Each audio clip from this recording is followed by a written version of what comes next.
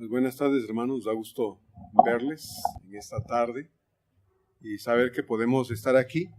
Son días de puente y se ve, mucha gente aprovecha estas ocasiones para irse de la ciudad, a respirar un buen aire, dicen. Así es de que esperamos que regresen bien. Qué bueno que no todos nos vamos. Es una bendición estar aquí este día. Bienvenidos todos a la casa de Dios, bienvenidos. Vamos a orar. Padre amado, en esta tarde damos gracias con todo nuestro corazón por permitirnos, Señor, el gozo de estar en tu casa, de buscarte, Señor, y saber, Padre, que no necesariamente tiene que ser en fechas como hoy que podemos salir. A veces es posible hacerlo en otras ocasiones, Señor, pero bueno, a veces no hay otra ocasión más que estas. Y damos gracias porque para eso también nos das la oportunidad. Algunos hermanos han salido, muchos hermanos han ido de la ciudad. Esperamos con tu bendición regresen con bien también cuando lo hagan, Señor. Y rogamos para que el tiempo aquí nosotros lo disfrutemos, estando en tu presencia, Señor, y podamos oírte. Eres tú el que habla, Señor, y rogamos que podamos poner la atención reverente de vida a tu palabra hoy también. Bendice la actividad de los niños, Señor, que sean edificados en su tiempo ahorita con sus maestros. Permite que la palabra de vida pueda ser fundamento en su corazón para que crezcan y no se aparten de ti jamás. Gracias, Señor, en el nombre de Cristo Jesús lo pedimos. Amén. Mateo capítulo 6.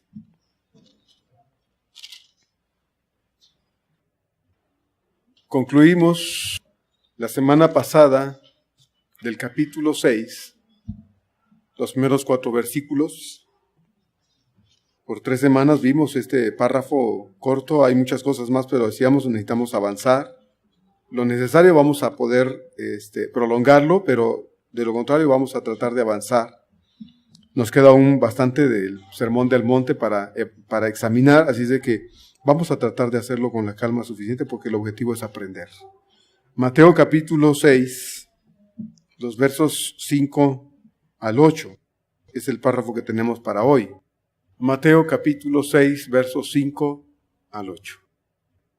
Bien, si ya lo tienen, le pido que me acompañe a leerlo. Vamos a leer el párrafo juntos. Dice así: Y cuando ores, no seas como los hipócritas, porque ellos aman el orar en pie en las sinagogas y en las esquinas de las calles para ser vistos por de los hombres.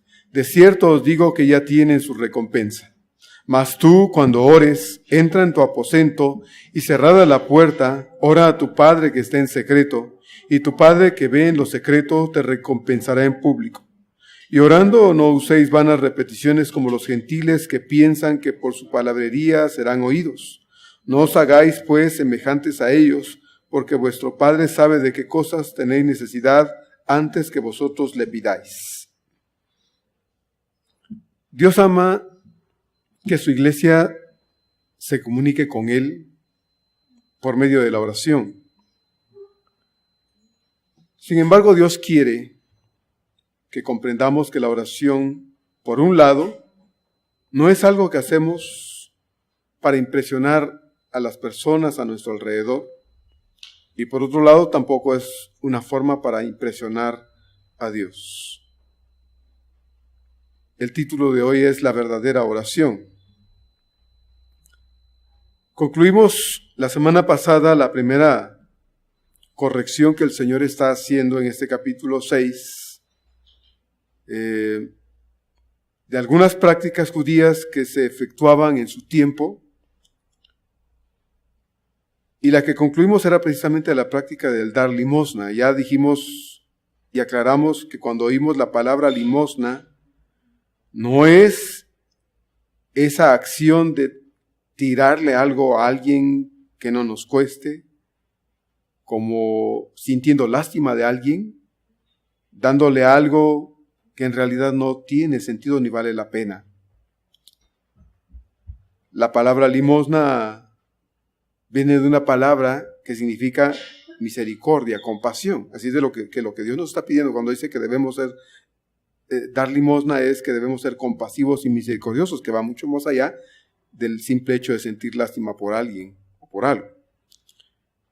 Y ya vimos entonces lo que dar limosna no es y lo que el dar la limosna sí es.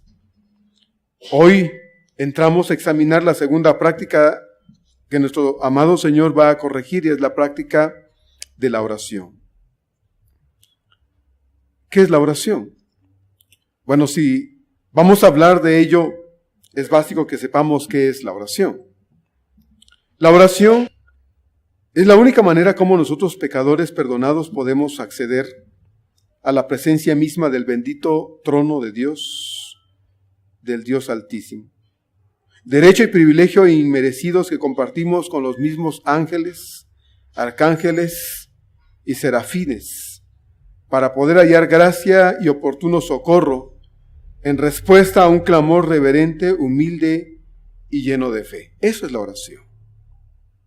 Pero vamos a ver en el transcurso del estudio de hoy y de las semanas siguientes específicamente también qué es la oración. En el tiempo de nuestro Señor, los judíos acostumbraban orar. Esto es algo que siempre se ha hecho en el pueblo de Israel desde sus inicios. Y por lo menos 3 veces al día ellos llevaban a cabo oraciones. Y llegado el momento, en los horarios en los que ellos acostumbraban a hacerlo, ahí donde estaban se detenían. Ahí se detenían y puestos de pie, alzaban las manos y empezaban a elevar sus oraciones entre la gente. Y esto a los ojos de las personas que los veían hacerlo parecía muy bueno, muy honesto, muy sincero, muy devoto. El Señor en esa parte del Sermón del Monte, en el párrafo que ya leímos, los versos del 5 al 8, no está prohibiendo la oración en público, sino más bien lo que enseña es que cuando se ora en público, la motivación para hacerlo sea la correcta. De lo contrario, solo se vuelve una acción hipócrita, vacía, carente de sentido, especialmente para Dios. Y es la segunda vez que el Señor usa la palabra hipócrita. Si se dan cuenta, en los versos anteriores, en el párrafo, cuando hablamos del dar limosna, del ayudar, el Señor dijo que no deberíamos ser hipócritas. Y ahora de nuevo Él vuelve a hablar acerca de la hipocresía. Es la segunda vez que el Señor menciona esta palabra.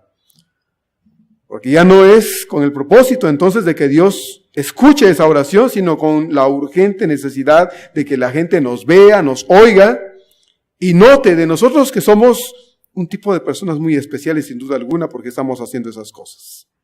En el verso 5 así lo dice claramente el Señor. Y cuando ores, dice, cuando ores, no seas como los hipócritas porque ellos aman el orar en pie en las sinagogas, en las esquinas de las calles para ser vistos de los hombres. De cierto, les digo, dice el Señor, que ya tienen su recompensa. Nosotros acostumbramos a orar aquí cuando nos reunimos, hermanos, cada vez que tenemos una reunión pública, aquí en el templo, cuando estamos en las casas o venimos al templo a nuestros estudios de discipulado, también oramos. La oración es esencial y es parte de lo que hacemos todas las veces que nos reunimos. No dejamos de orar. Y no está mal cuando el objetivo que se busca es el de ser escuchados por Dios y no meramente o específicamente porque la gente nos oiga y que cuando oramos la gente pueda tener una buena opinión de nosotros por todo lo que decimos o cómo decimos las cosas. Tú no oras a la gente. Tú no estás dirigiéndote a las personas cuando estás orando. Cuando oramos, estamos entrando a la presencia misma de Dios, hermanos. Y lo que anhelamos, lo que queremos cuando oramos es que Dios escuche nuestra oración. Y sin duda alguna anhelamos, deseamos que Dios responda a nuestra oración. Porque si no oramos pensando y creyendo y queriendo con todo nuestro corazón que Dios responda, la pregunta es ¿por qué oramos? ¿Verdad? ¿Para qué oramos? Jesús mismo acostumbraba a orar en público, en ocasiones. Y cuando lo hacía o cuando lo hizo, no había ninguna actitud falsa, hipócrita de su parte, hermanos. Usted puede leer los evangelios, Mateo, Marcos, Lucas y Juan, aún el testimonio que dan los escritores del resto del Nuevo Testamento, y usted jamás va a ver que alguno de ellos dijera que Jesús oraba y lo hacía para presumir. Usted puede leer los evangelios y puede leer las pocas veces que el Señor hizo oración pública y va a notar que cuando el Señor oró no lo hizo para presumir delante de la gente. Entonces Jesús mismo acostumbraba a orar a veces en público cuando la necesidad lo ameritó y no lo hizo para fingir algo que no sentía de su corazón. Mateo 4, por ejemplo, dice que fue llevado al desierto y oró y ayunó por 40 días allí. No vino presumiendo de que había pasado un buen tiempo con el Padre diciendo, es que yo estuve orando 40 días. No, él nunca regresó diciendo esas cosas. Simplemente fue algo que entregó al Padre y estuvo en comunión con el Padre haciendo ayuno y oración por 40 días y 40 noches antes de iniciar públicamente su ministerio. En Mateo capítulo 15, en el verso 36 dice que oró y multiplicó unos panes y unos peces. Y dio a comer a más de 4,000 hombres sin contar niños y mujeres. Hizo una oración allí y dio gracias por el pan, pero no lo hizo para presumir, jamás lo hizo. Mateo 26. Él oró allí en Getsemaní. Había tomado a 3 de sus discípulos con él para que lo acompañaran a tener un momento de intimidad con el Padre porque estaba bajo una fuerte presión porque sabía lo que le venía en momentos siguientes.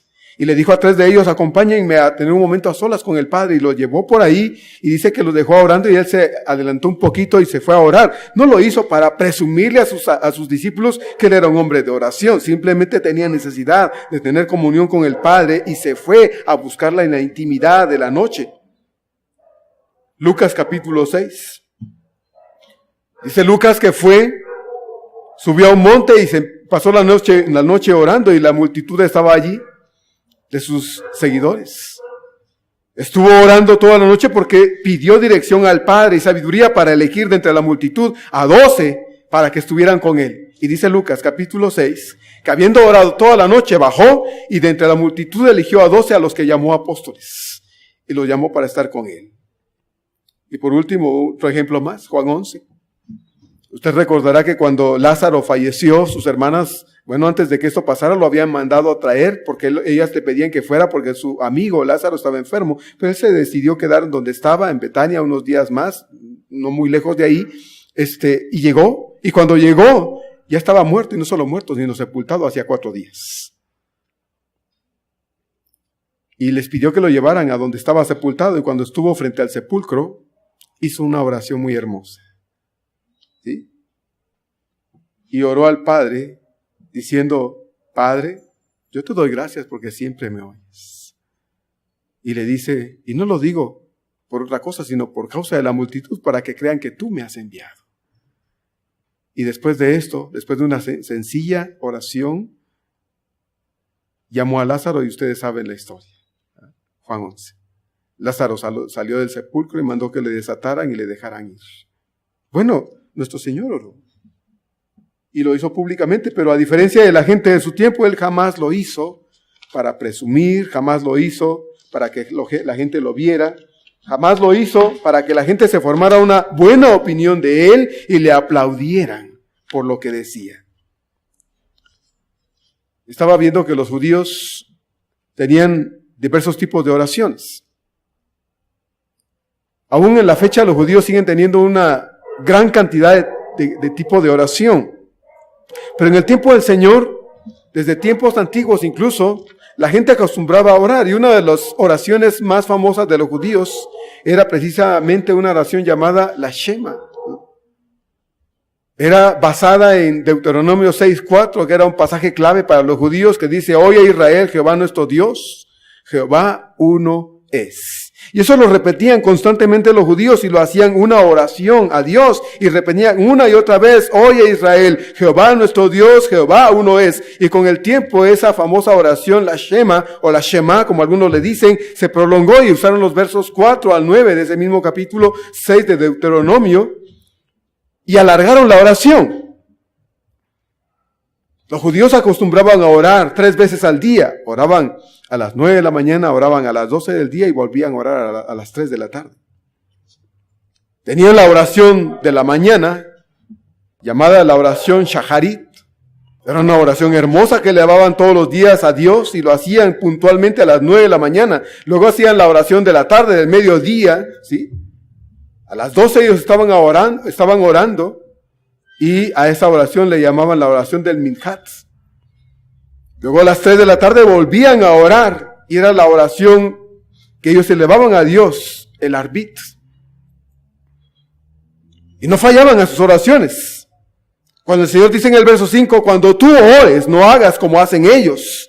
Está diciendo que ellos lo hacen de una manera equivocada y por eso les dice, ellos lo hacen y lo hacen hipócritamente. ¿Cuál es la razón que lo hacen? Lo hacen porque podrían hacerlo de otra forma, pero van a donde está la gente sabiendo que les va a llegar la hora de hacer su oración, y cuando les llegue la hora de hacer su oración están ahí donde está la multitud, y ahí se van a parar, van a levantar sus manos y van a empezar a hacer su oración, y lo que van a encontrar allí no es que Dios les oiga, sino que la gente les oye, y cuando les oiga hablar de esta forma van a decir, ¡qué hombre tan santo!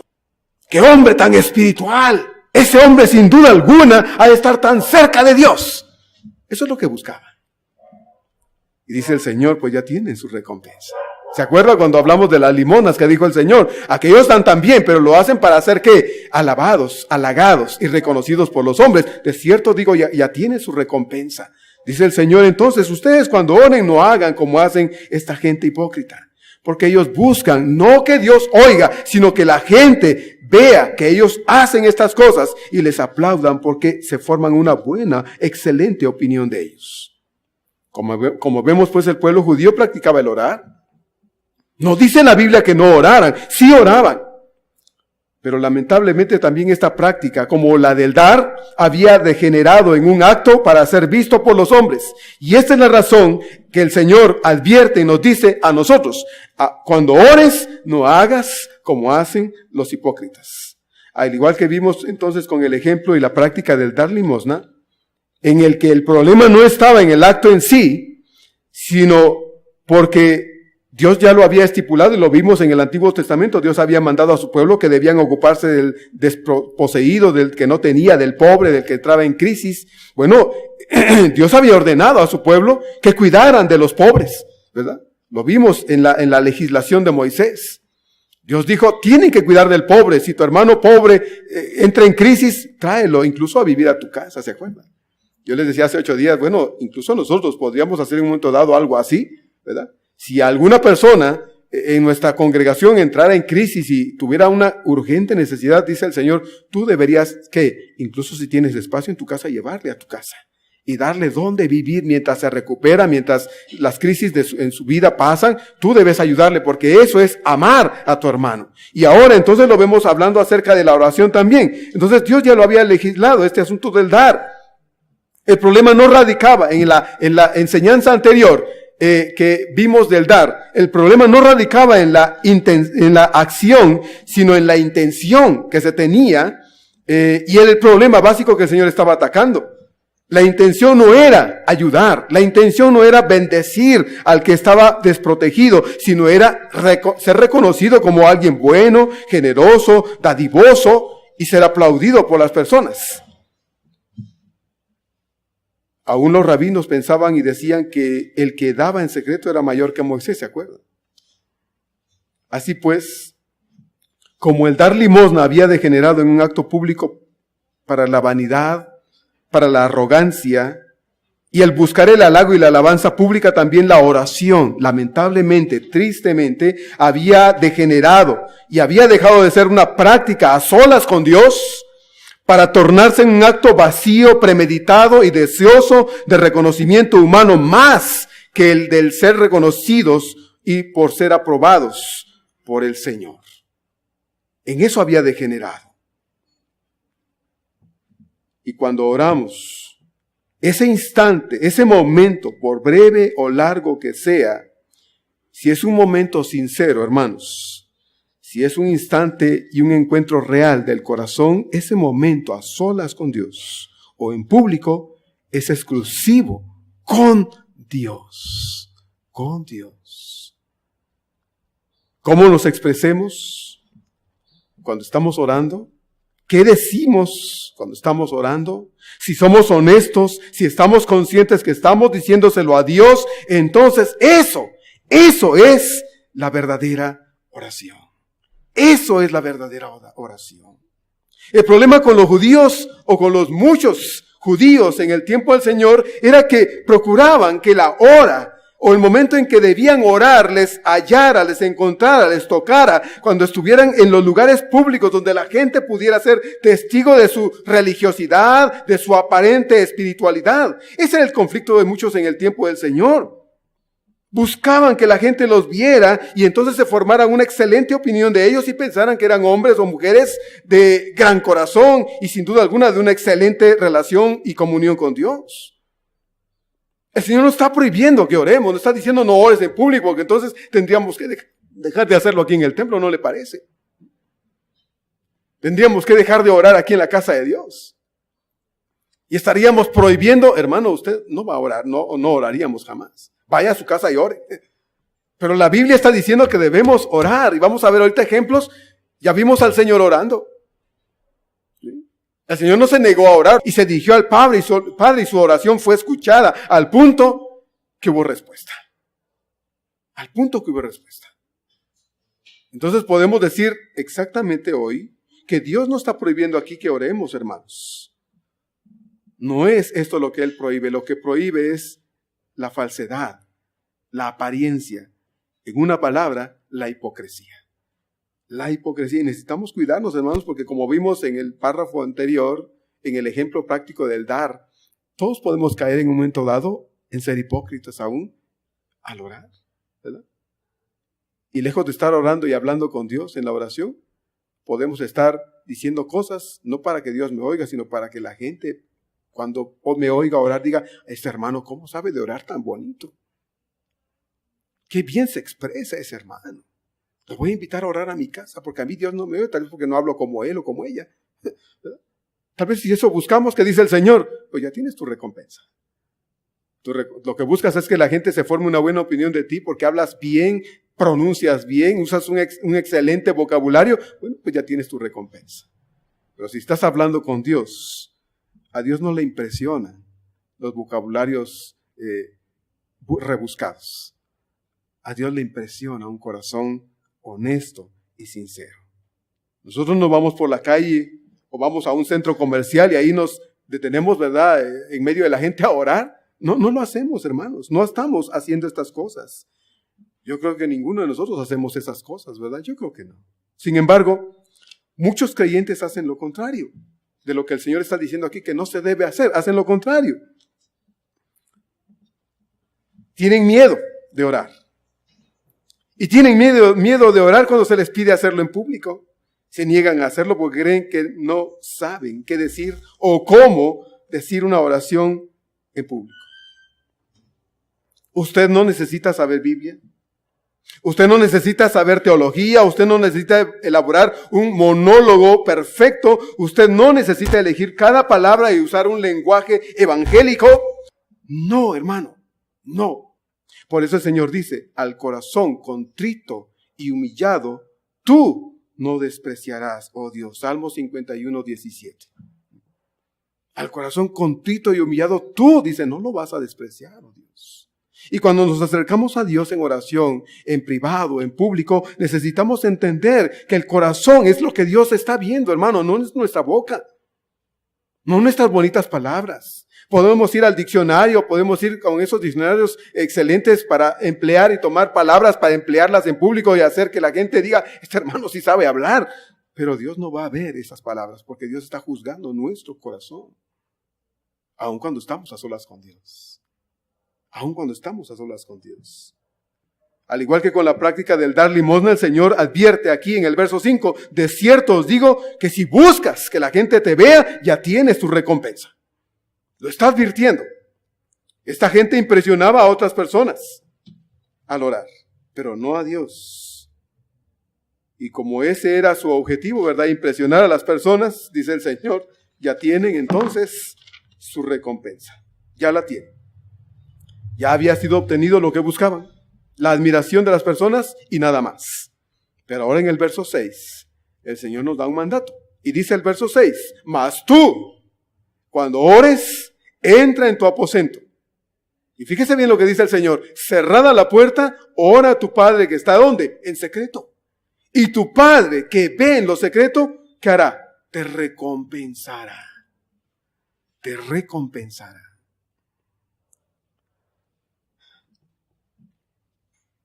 El mandato del Señor es, si tú te sientes en la tentación de hacerte notar frente a las personas, mejor ve a tu casa. O en un lugar privado, cierra la puerta y ora a tu Padre que está en secreto. Ese es el mandato del Señor. Porque humanamente somos dados y tentados ¿a qué? A buscar que la gente piense bien de nosotros. Estamos luchando constantemente con este corazón. Decíamos en la escuela dominical hoy, el Señor dice que nuestro corazón, ¿cómo es? ¿Se acuerdan? ¿Qué dice Jeremías 17:9? Engañoso es el corazón. Más que todas las cosas, dice que, y perverso. Ese es su corazón, hermano, y el mío. No, si alguno está pensando, el suyo, pastor, el mío, no. No, también el suyo. Nuestro corazón es así. Es engañoso y es perverso. Cuanto más queremos hacer lo bueno, caemos en los enredos de nuestras propias maldades y nos dejamos llevar a veces. Y también solemos, sin darnos cuenta, caer en el error de buscar que la gente nos oiga bien, piense bien de nosotros, se dé cuenta de que yo sí sé orar. Y empezamos a hablar no con Dios, sino con las personas. Equivocamos el objetivo, la razón que tenemos para orar, ¿verdad? Empezamos a aparentar lo mismo que el Señor está diciendo que no debemos hacer, empezamos a hacer. De nuevo entonces, hermanos, lo que ya dije, el Señor no está prohibiendo la oración pública, pues de hecho aquí lo hacemos cada vez que nos reunimos. Él mismo oró en público, como ya lo vimos en algunas ocasiones, pero lo que Él sí está prohibiendo es que la oración sea usada para aparentar, para impresionar a las personas y parecer muy espirituales, porque así, si así lo hiciéramos, esa oración sería hueca, sin valor, y no tendría ningún sentido a la hora de ser tomada en cuenta en la presencia de Dios. No sería tomada en cuenta. La oración es un encuentro a solas con Dios. Las oraciones públicas son necesarias, hermanos, porque Dios en su palabra nos manda que nos congreguemos, ¿se acuerdan? Así lo dice Hebreos 10:25. No dejando de congregarnos, y cuando nos congregamos necesitamos alabar a Dios, y parte de nuestra alabanza y adoración es hablar con Dios a través de la oración. Así es que no podemos dejar de hacerlo porque es un mandato del Señor que nos congreguemos. Nosotros necesitamos entender que cuando alguien ora, no está hablando conmigo, está hablando ¿con quién? Con Dios. Y cuando le pedimos a alguien que dirija la oración, está hablando con Dios. Y si no sabe expresar las cosas que yo sí sé porque he estudiado más la Biblia, porque tengo más años de cristianismo, ¿qué sé yo? No me debo sentir ofendido, no me debo sentir agredido, ni enojarme, ni molestarme, ni incomodarme por lo que el hermano no supo decir, porque está hablando ¿con quién? Está hablando con Dios. A menos que Dios tronara y cayera un rayo y lo partiera, tal vez sería una prueba de que Dios esté en desacuerdo con lo que esa persona está diciendo. Pero eso no ha pasado, ni va a pasar, gracias a Dios. Porque cada vez que una persona se para a orar en público o busca a Dios privadamente en oración, Dios ve el corazón. Y cuando a Dios le agrada la oración de esa persona, por no muy bien que se pueda expresar y es del corazón, Dios se regocija en esa oración.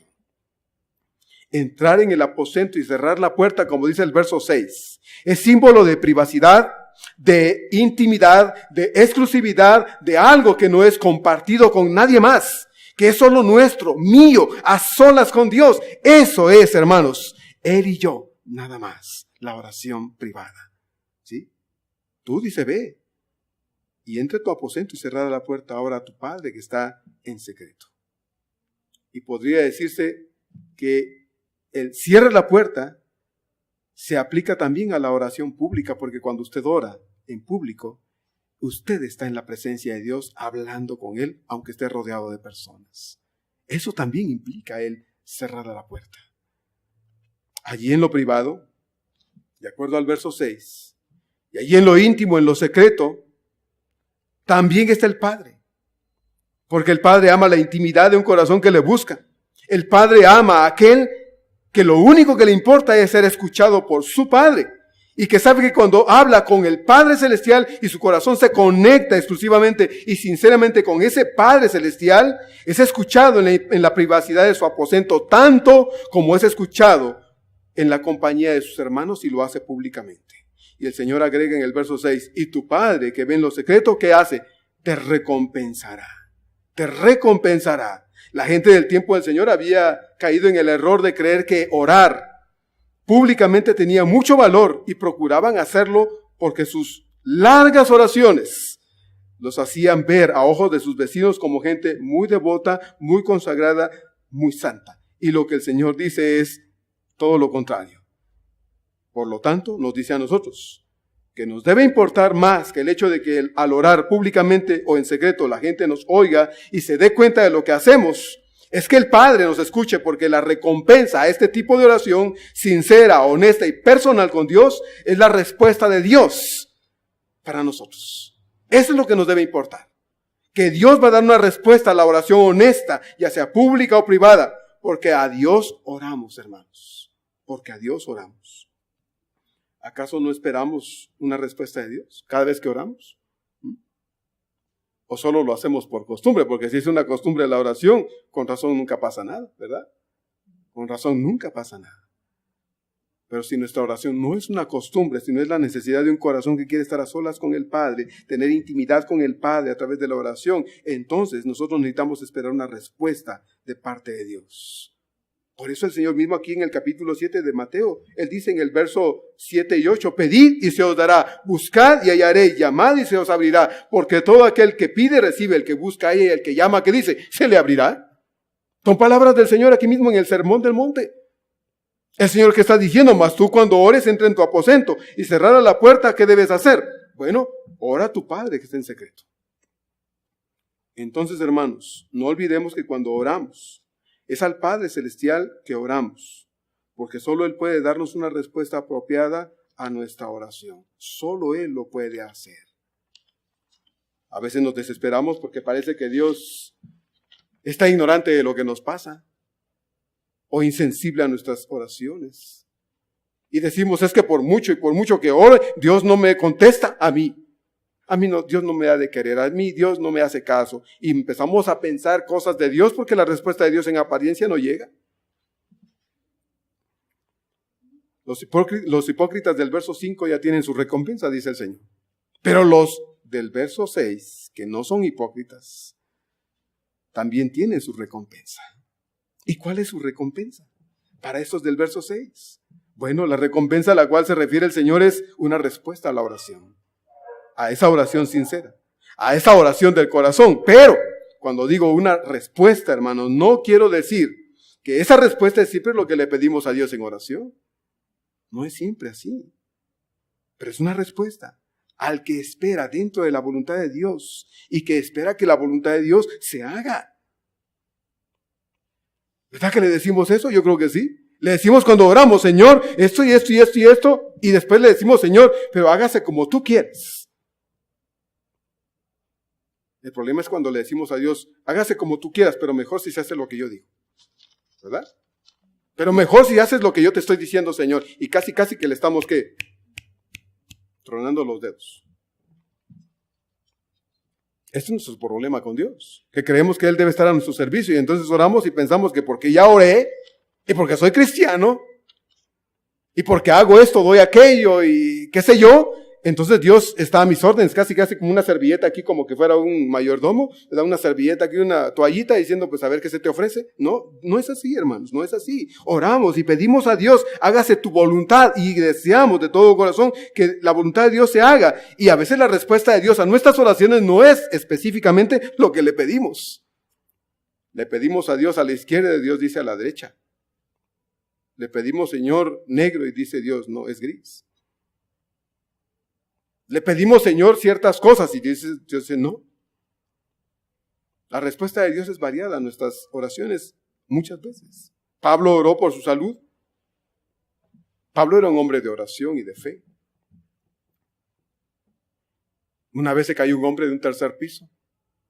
Estaba despidiéndose de la gente ahí en ese lugar. Y se alargó tanto su discurso hasta el amanecer que aquel se cayó de la ventana donde estaba sentado y cuando fueron a verlo estaba muerto. ¿Y sabe qué hizo Pablo? Oró. Y Dios le devolvió la vida a ese muchacho, Eutico. Y lo subió y le dijo, ay, no te sientes ahí en la ventana, mejor vente a sentar aquí, no te vayas a caer otra vez. Y predicó hasta el amanecer. Un hombre de oración. Pero tenía un conflicto en él, en su cuerpo, había un conflicto en su salud. Y ahí dice en 2 Corintios 12 que él oró 3 veces y Dios le dijo, no, Pablo, no vas a sanar. Así te vas a quedar. ¿Y sabe qué hizo Pablo? Se amargó, se frustró, se decepcionó y se fue. ¿Verdad que eso hizo? No, hermanos. Pablo no hizo eso. Pablo dijo, pues ya sé que Dios no me va a sanar, así es de que más bien me voy a gozar en mi situación personal. Más bien me voy a gozar. Muy distinto a lo que muchas veces el creyente en la actualidad hacemos. Le pedimos a Dios un trabajo y Dios no contesta, y porque no contesta empezamos a renegar y nos enojamos y ahí está, ¿para qué oro? Entonces, si Dios no me contesta, ¿para qué oro? Ten paciencia. Acuérdate también, hermano, que Dios ve la motivación que tienes para pedir un trabajo. La motivación que Dios ve en tu corazón para pedir salud. La motivación que Dios ve para que tú pidas lo que pidas. Dios ve muchas veces que las motivaciones son equivocadas, entonces dice, no te lo voy a dar. Porque Dios no nos va a poner una pistola en la mano, hermanos. Dios no nos va a poner un arma en la mano para que nos hagamos daño. No es así. Por eso el Señor va a decir, por ahí va a decir el Señor, si tu hijo te pide un pan, no le vas a tirar una piedra. Si le pides un pescado, no le vas a echar ahí una serpiente. Dice, si ustedes siendo malos saben hacer lo bueno, ¿cuánto más? Su Padre que está en los cielos sabe hacer lo bueno para ustedes. Necesitamos entenderlo cuando oramos, porque la oración muchas veces más bien es un tropiezo en la vida de muchos cristianos.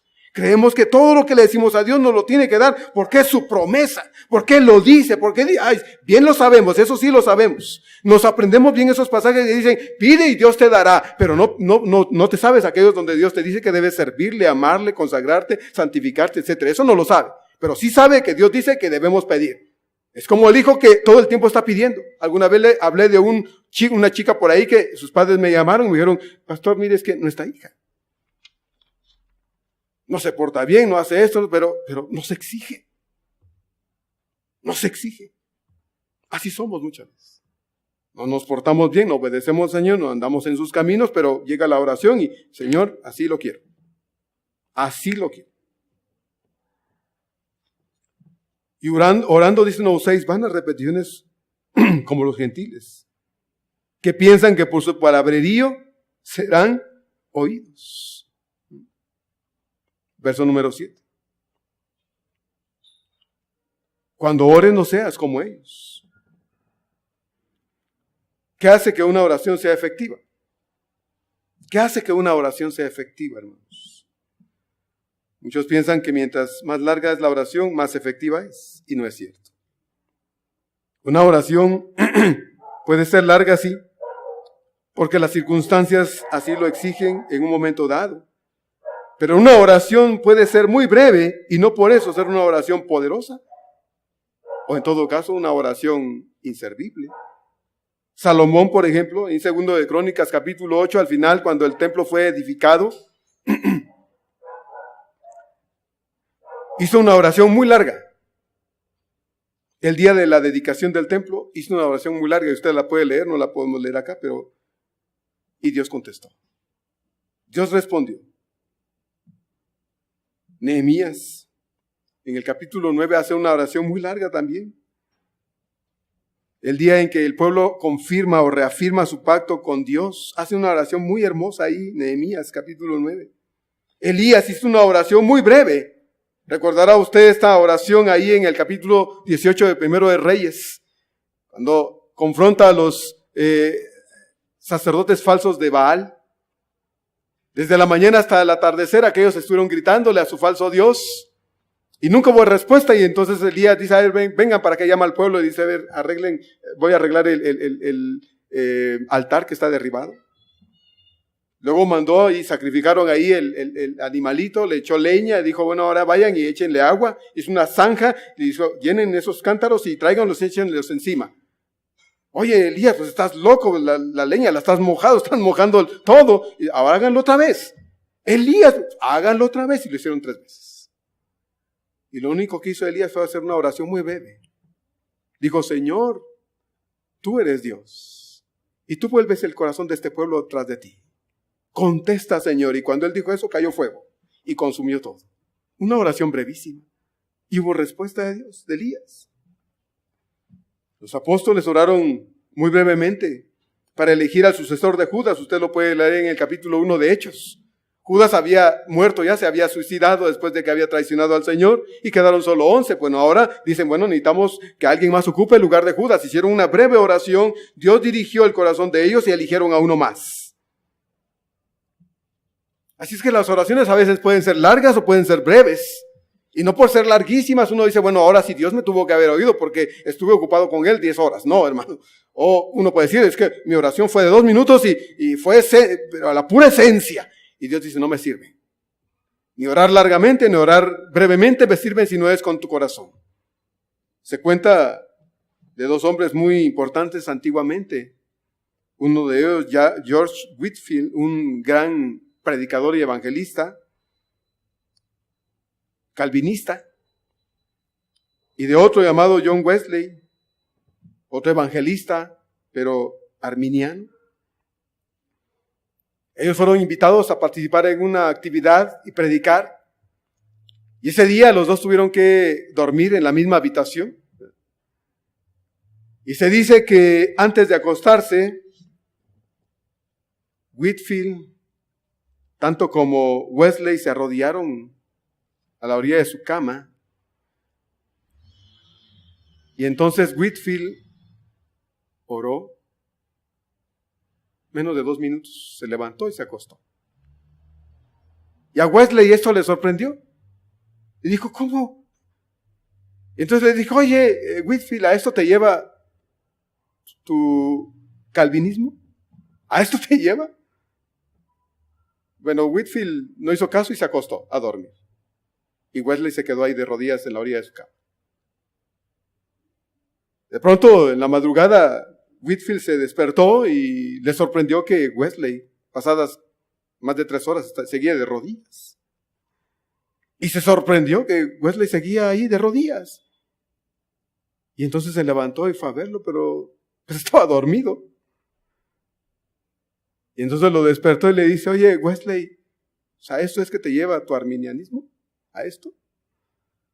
Y uno dice, bueno, ¿qué pasa? Que es importante orar brevemente o orar largamente. Bueno, hermano, la necesidad nos lleva a determinar cuando usted y yo debemos y podemos orar el tiempo que sea necesario en la presencia de Dios por alguna situación en particular. Nosotros no determinamos en nuestro corazón que Dios haga caso en nuestra oración porque oramos X tiempo. No, Dios va a escuchar nuestra oración si nosotros somos honestos desde adentro del corazón. Hay personas que creen que las oraciones largas son más efectivas y más poderosas, pero no siempre es así, como ya vimos. Además, el Señor advierte que una oración larga, pero no ofrecida de la manera correcta a la persona correcta, es decir, a Dios y no a alguien, es solo palabrerío. Entonces, ¿cuál es el sentido, el motivo, el porqué y el propósito de la oración? ¿Cuál es? No es impresionar a Dios, hermanos. A Dios no lo impresionamos con lo que decimos o con el tiempo que pasamos en apariencia delante de Él. No es para impresionar a Dios. ¿Cuál es el sentido entonces, el propósito, el motivo de la oración? No es tampoco ordenarle a Dios. No es ordenarle a Dios. Y estamos en un tiempo en el que hay una moda evangélica, cristiana, de declarar. Y porque declaran, dicen que Dios está obligado a dar. De demandarle a Dios, porque yo lo digo, entonces Dios lo tiene que hacer, o el decretar las cosas. Hermanos, en la Biblia usted jamás va a ver a ninguno de los apóstoles, a ninguno de ellos, ni declarando, ni demandando, ni diciendo porque yo lo digo, ni decretando. Usted no va a ver esto en las Escrituras. Esto es una maña que ha surgido en las iglesias cristianas de creer que Dios está a la orden de las personas y porque lo declaran, lo dicen, lo decretan, porque yo lo digo, dicen algunos, Dios lo va a hacer. No, hermanos, no es así. Entonces, la oración tampoco es para ordenarle a Dios. Tampoco la oración es para informar a Dios. Dios sin duda alguna no ha de saber lo que me pasa, por eso no me atiende, no me contesta, no pone atención a mis oraciones. Si fuera el pastor, entonces sí, porque a él lo tiene en la palma de su mano y lo trata con guantes de seda, ¿verdad? Pero a mí, que no soy nada del pastor, ni soy un pastor, a mí no. Y mire cómo empezamos a pensar. El diablo hace bien su trabajo, ¿verdad? Lo hace muy bien. Entonces no es para informar a Dios, hermanos. Dios siempre está al tanto de todo lo que nos pasa. Ahorita lo vamos a ver. No es para presionar a Dios. A Dios no lo presionamos, hermano. Ni lo impresionamos, ni tampoco lo presionamos. No, hermanos. No es para que Dios cambie de opinión. Tampoco para eso es la oración. Entonces, ¿para qué es la oración? Bueno, la oración básicamente es para profundizar, para fortalecer, para afianzar, para avivar, para estrechar, para asegurar, para acrecentar, disfrutar, gozar mi relación con Dios. Para eso es la oración. No es para presentar una lista de peticiones a Dios. No es para decirle a Dios, esto es lo que me hace falta, Señor, porque sin duda alguna no has de tener cuidado de mí. Como hasta ahora no lo has tenido, aquí está lo que me hace falta. No es para eso. La oración es para estas cosas, hermanos.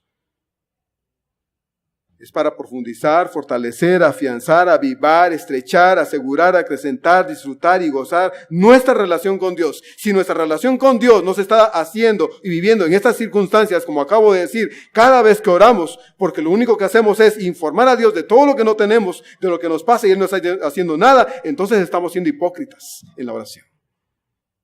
Estamos siendo hipócritas en la oración, porque para eso no es la oración, es para esto otro. La oración es para esto otro. Por eso, el Señor ahora dice en el verso 8, no os hagáis pues, ustedes, los hijos de Dios, no se hagan pues semejantes ¿a quién? A ellos. ¿A quién ellos? A los de los versos 5 y 7. No se hagan semejantes o iguales a ellos.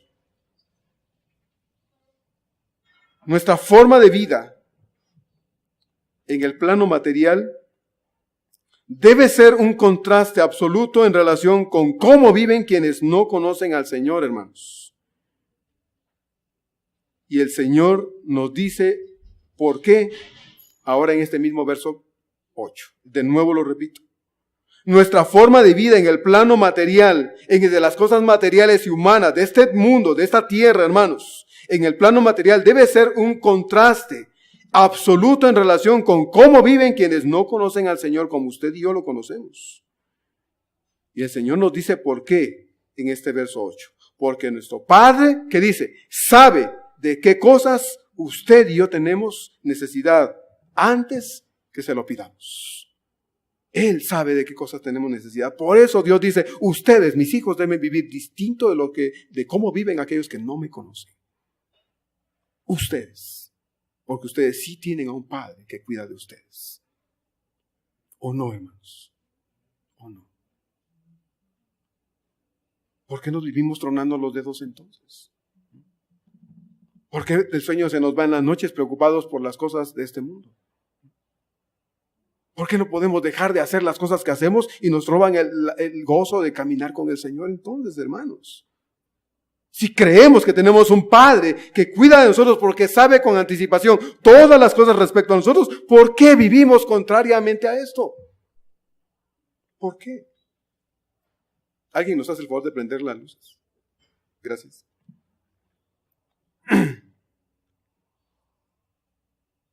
Me impresiona lo que el Señor dice en el capítulo 7, versos 9 al 11. Ya leímos los versos 7 y 8. Pero dice en el capítulo 7, ahí lo tiene cerquita si quiere leerlo conmigo, dice, ¿qué hombre hay de vosotros que si su hijo le pide pan, le dará ¿qué? Una piedra? O si le pide un pescado, le dará una serpiente. Pues si vosotros, dice el Señor, si vosotros siendo ¿qué? Malos, sabéis dar buenas dádivas a vuestros hijos, fíjese lo que pregunta el Señor, ¿cuánto más vuestro Padre que está en los cielos dará buenas cosas a quién? A quien se lo pida. Así es. Es lo que el Señor está diciendo, hermano. Yo no lo estoy diciendo, lo está diciendo el Señor. ¿Qué pensaría usted de un niño que está en la escuela y está ahí en un rinconcito todo triste y llorando? Y va la maestra porque lo ve llorando, ¿verdad? Está todo el tiempo está alegre ese niño, pero hoy está ahí en el rincón llorando. En un mar de lágrimas el pobrecito niño y va y le dice, oye, hijo, ¿qué te pasa? ¿Qué te duele? ¿Qué te sucede? Le dice, no me pasa nada más, no me duele nada. Entonces, ¿por qué lloras? Es que estoy muy preocupado, maestra. ¿Por qué? Porque ahora que llegue a mi casa, no sé si mi padre me va a dar de comer o no. ¿Usted qué pensaría de ese niño? Pensamos o ese niño está equivocado en lo que piensa o tiene un padre que tan terrible que el pobre niño sufre porque no sabe si va a comer, porque el padre ha de ser tan malvado que el niño sufre porque también no le va a dar de comer, ¿verdad? Una de las dos cosas vamos a empezar, pero tal vez no vamos a pensar que el niño está loco. Lo que vamos a pensar sin duda alguna es que sin duda alguna el padre que tiene es un padre que malvado, ¿verdad? Ahora bien, cuando usted y yo nos preocupamos en extremo por lo material, y quiero que lo oiga bien, hermano, cuando usted y yo nos preocupamos en extremo por lo material y por obtener lo material, no oramos porque no hay tiempo para orar. No leemos la Biblia en la semana porque no hay tiempo por tanto trabajo que hay que hacer y atender. No venimos al templo porque las largas jornadas de trabajo nos tienen tan cansados el domingo que lo único que pensamos es en reponernos porque ya mañana hay que empezar a trabajar desde temprano hasta morir. O porque el domingo incluso hay que trabajar porque no alcanza el dinero. ¿Nosotros qué pensaríamos? ¿O qué pensamos, hermanos, de este padre que tenemos entonces? ¿Mm? Que es igual al del niño, ¿verdad? Un padre terrible que no cuida de quién, de sus hijos. Cuando vivimos así tan ofuscados por lo material, lo que nosotros estamos diciendo sin palabras, con nuestros hechos, lo que nosotros estamos diciendo, hermanos, con nuestra forma tan preocupada y afanada de vivir, descuidando nuestra comunión con Dios, lo que le estamos diciendo a Dios es, mira, yo sé que tú eres mi Padre, yo sé que tú eres Dios, pero dudo que puedas suplir lo que a mí y a mi familia me falta. O lo que le decimos es, perdón Señor, pero no te creo cuando tú puedas o quieras darme todo lo que yo necesito para mis necesidades familiares. Es más, ni siquiera estoy seguro que tú sepas lo que yo necesito. Eso es lo que estamos diciendo con nuestros hechos. Nuestra falta de fe en el Señor y nuestra falta de confianza en Dios y nuestro demasiado afanarnos en las cosas de este mundo le están diciendo a Dios, no te creo, Señor, que tú quieras cuidar de mí. Por eso yo tengo que ver qué hago. Por eso yo tengo que ver qué hago para suplirme, para darme, para proveerme. Porque tú no tienes cuidado de mí. ¿Se da cuenta, hermano? ¿Se da cuenta? A veces nos parece, no sé, dirá alguno, pastor, usted está exagerando. Yo no, hermano. Nosotros exageramos con esas actitudes sin fe y sin confianza en Dios. Yo recuerdo una vez, en el seminario hace 8 días le conté algunas cosas.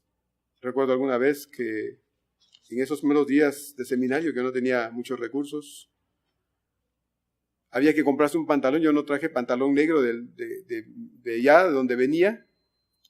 Y había que tener un pantalón negro, una camisa blanca para el coro y una corbata negra. Yo ni me había traído ni camisa blanca porque no la tenía, ni corbata negra porque no la tenía, ni pantalón negro porque no lo tenía.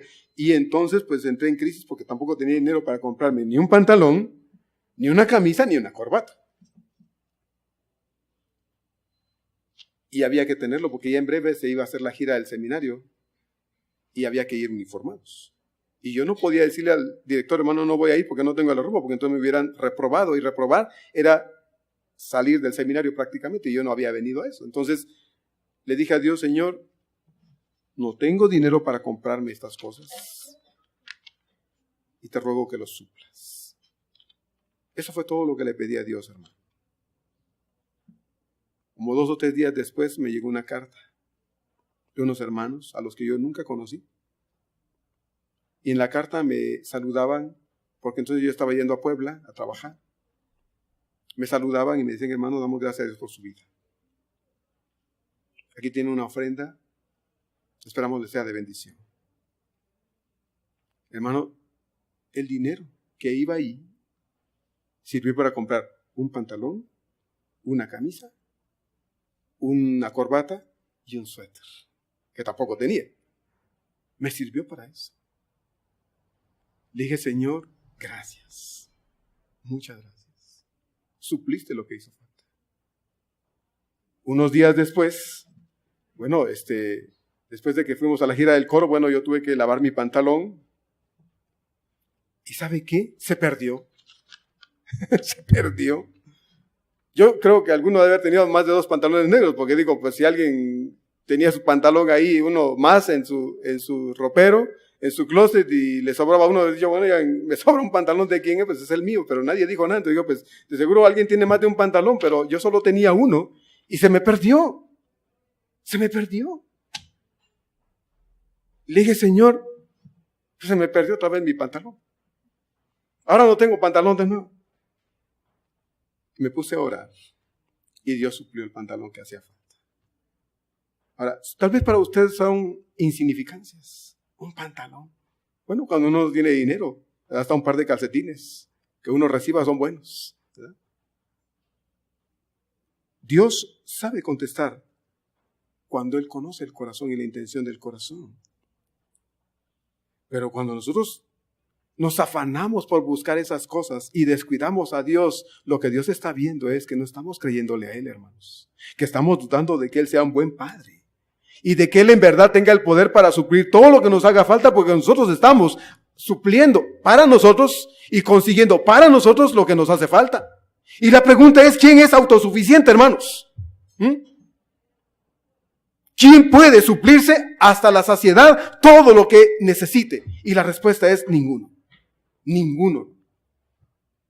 Solo Dios es todo suficiente. Solo Dios lo es.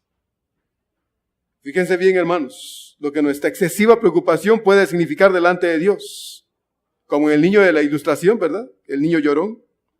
Dios con tanto amor nos dice, mas buscad primero el reino de Dios y ¿qué? Y su justicia. ¿Y qué dice después? Y todas estas cosas os serán añadidas. Verso 33 de este capítulo 6. Dios nos dice a nosotros sus hijos, hijito, búscame, ámame, conóceme, esfuérzate por relacionarte mejor conmigo, haz de nuestra comunión, tu comunión conmigo, tu prioridad cada día. Toma mi mano y déjame guiarte, llevarte, dirigirte y confía que mientras tú haces todas estas cosas, de todo tu corazón poniendo diligencia cada día en ello, yo, tu Padre, yo, tu Dios, te daré todo lo que te haga falta todos los días para que no dejes de seguirme, de amarme, de buscarme, de crecer en mí. Yo soy tu Padre. Eso es lo que el Señor dice acá en el verso número 8. No os hagáis pues semejantes a ellos, porque ellos tienen un Padre que nos cuida de ellos. ¿Se acuerda? Juan capítulo 8. El que no conoce a Dios tiene su propio Padre. Pero usted y yo que conocemos al Señor tenemos un Padre y ese es Dios. Y ese Padre celestial dice que Él cuidará de nosotros, hermanos. Él cuidará de nosotros. Yo alguna vez le he dicho, ¿usted cuándo ha visto una avecita en una rama deprimida? Con las plumitas así, comiéndoselas, ¿verdad? Preocupado porque... Y si le pregunto, ¿por qué estás así, avecita? Es que no sé si voy a comer gusanos hoy. ¿Ha visto usted una avecita así? Pues yo nunca. Pero que dice la Biblia, que todas que comen. Y si les revisáramos el buche a todas van con el buche lleno a su nido todas las tardes. ¿Qué dice el Señor? Lo vamos a ver más adelante, pero ¿qué dice el Señor? Ustedes valen más que muchas aves, que todas ellas. Las flores necesitan agua y sol, y Dios ¿qué les da? Agua y sol. Les da oxígeno, les da aire. Y son las flores. ¿Y qué dice Dios? Ustedes valen más que las flores. Ustedes tienen un Padre que sabe de qué cosas, ¿qué dice? Tienen necesidad. Entonces, ¿por qué te afanas, hermano? ¿Por qué dejas de orar? Por trabajar. ¿Por qué dejas de leer la Biblia? Por dedicarte a tus negocios. ¿Por qué dejas de venir al templo? Por tanto que te matas trabajando. ¿Por qué dejas de crecer en el Señor? ¿Por qué dejas de perseverar en el Señor? Tratando de buscar aquello que sabes que solo Dios te lo va a dar. ¿Por qué? Porque le estás diciendo a Dios que, perdón Dios, pero dudo de que tú me lo des. Por eso es que sí me tengo que matar trabajando. Pues yo tengo que hacer lo que tengo que hacer, porque si no como, no trabajo. Dice, yo soy tu Dios. Yo soy tu Dios. Hermano, hermana, ¿cree usted que lo que estamos diciendo es así? ¿Que tenemos a un Padre cuidadoso, amoroso, responsable a nuestro cuidado? ¿Usted cree que así es? ¿Podría usted dejar de preocuparse de más entonces, si está de acuerdo con la palabra de Dios? ¿Podría dejar de preocuparse más y dejar de vivir con tanta ofuscación y afán para empezar a fijarse más en el Señor y a confiar más en su Padre Celestial? Podría hacerlo. ¿Por qué no aprender a confiar más en Dios ahora mismo? ¿Por qué no aprender a depender de Dios más ahora mismo? ¿Por qué no? Dejar de creer que nosotros somos la octava maravilla del mundo. De creer que nosotros somos autosuficientes para reconocer que el único todo suficiente es Dios. Y entonces vamos a vivir un poco menos ajetreados, un poco menos preocupados de lo que solemos vivir. No digo que seamos irresponsables, siempre lo digo. Porque no quiero que nadie se vaya diciendo, el pastor dice que debemos dejar el trabajo para dedicarnos a orar. No, hermano, porque la Biblia dice que si usted no trabaja se va a morir de hambre. ¿Verdad? Pero debe dejar de confiar tanto en sí mismo para creer que es casi Dios, para poner su confianza en el que sí es Dios y permitir que sea Dios quien supla todo lo que le haga falta a usted y a los suyos. Al fin que la Biblia dice, Pablo lo dice, teniendo sustento y abrigo, estemos contentos con eso. ¿Usted se contenta con eso? Porque si no estamos contentos con eso, podremos tener el ropero lleno, el closet lleno de cosas y siempre nos vamos a quejar de que no tenemos nada que ponernos, ¿verdad? El refrigerador estará lleno y siempre vamos a estar, ¿qué? Hambrientos. La cartera va a estar hinchada de billetes y siempre nos va a parecer, ¿qué? Que le hace falta. Y entonces tendremos que trabajar duro y matarnos. Pero eso va a tener un costo. Y es el descuido de las cosas que sí realmente importan. Y lo que de verdad debe importarnos es Dios y su reino. De nuevo, el Señor dice, más buscad primeramente que el reino de Dios y su justicia. Y todo lo que te preocupa, Dios, tu Padre, que sabe de qué cosas necesitas, te lo dará. Ya lo vamos a ver. La otra semana entramos ya a la oración en sí. Verso 9. Ya lo vimos, no hace mucho. Pero vamos a repasar de nuevo esto, hermanos, porque hace falta entender por qué buscamos a Dios, por qué y para qué. Vamos a orar y vamos a pedirle al Señor nos ayude a confiar más en Él, a quitar de nosotros esa autoconfianza para depositarla en aquel que sí realmente puede hacer todas las cosas mucho más allá de lo que le pedimos o somos capaces de entender. ¿Sí, hermano? Vamos a orar.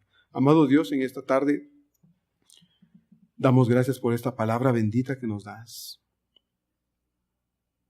Porque cada vez que la abrimos, Señor, tienes tantas cosas extraordinarias que decirnos. Cosas que no ignoramos muchas veces, Señor. Pero que no estamos obedeciendo, Padre, porque estamos viviendo a nuestra manera y no a la tuya. Porque estamos siguiendo a nuestro torpe corazón, pero no al tuyo, Señor. Porque hemos escuchado más al Dios de este mundo que dice, consume, esfuérzate, trabaja para ti. Nos ha convencido de que tenemos un Padre que ha descuidado nuestra vida, por eso no tenemos. Estamos mal, estamos enfermos, etc. Necesitamos volver nuestra mirada a ti, Señor.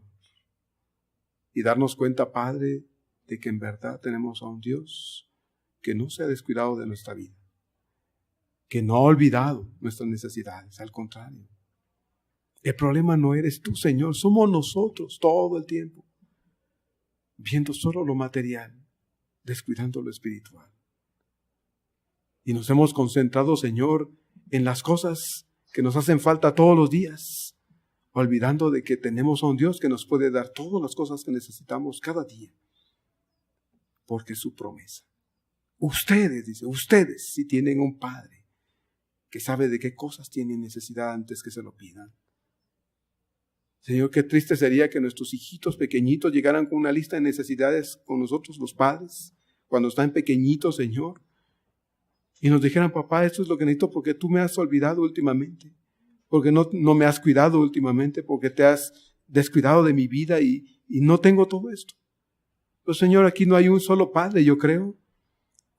Siendo sus hijos pequeñitos, Señor, esperaran que sus hijos le pidieran algo, porque siempre como padres estuvimos al pendiente de nuestros hijos. En nuestra imperfecta humanidad procuramos hacer lo mejor para ellos y por ellos.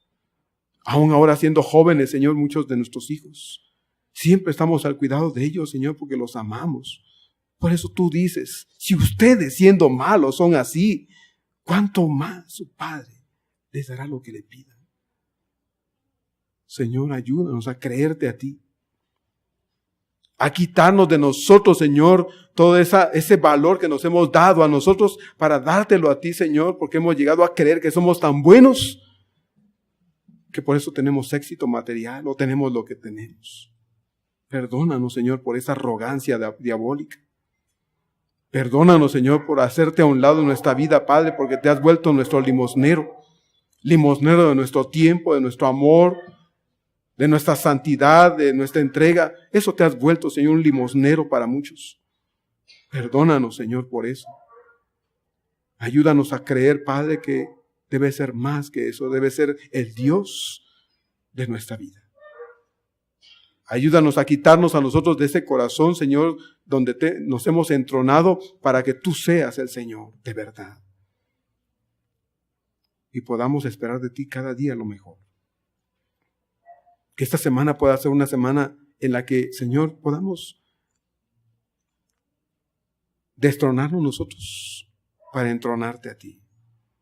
Que pueda ser una semana excelente, Señor, en la que podamos aprender a vivir más confiando en ti que en nosotros o en nuestras habilidades o en nuestros recursos materiales. Ayúdanos a experimentar qué es buscar primero el reino de Dios y su justicia.